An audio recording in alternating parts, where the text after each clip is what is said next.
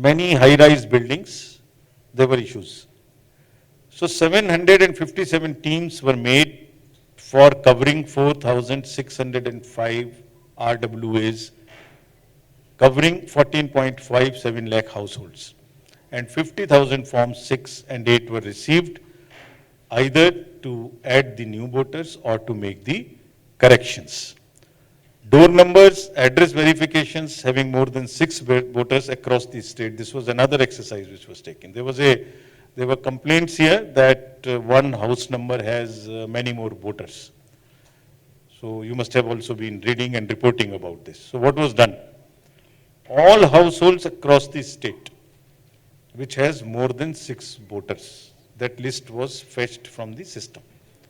So the number came to 7.66 lakh houses identified with over 75.97 lakh voters across the state. These were the number of voters which these households had, of which 4.15 lakh voters identified for address correction. So somebody's house was a different number, it was an oblique number, whatever, that was corrected.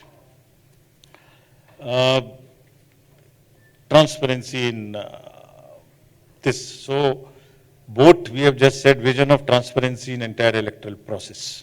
Before that, while doing the electoral rolls exercise over 2 years, over this SSR 23 first and second, there were more than 1,000 meetings held with the representatives of the political parties at different levels, districts and the state, so that at every stage, whenever you publish, you receive claims, you have objections, you dispose of objections, at every stage you have a discussion and you have the transparency and disclosures.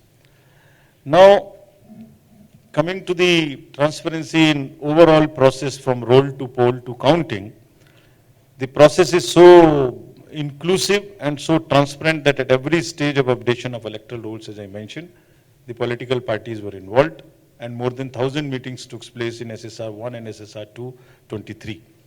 Similarly, FLC commissioning, symbol loading, mock polls, storage of EVMs, booth level agents at every stage. The hallmark is, the philosophy underlying is that we disclose, we make it transparent, and then we also involve and take suggestions. Next.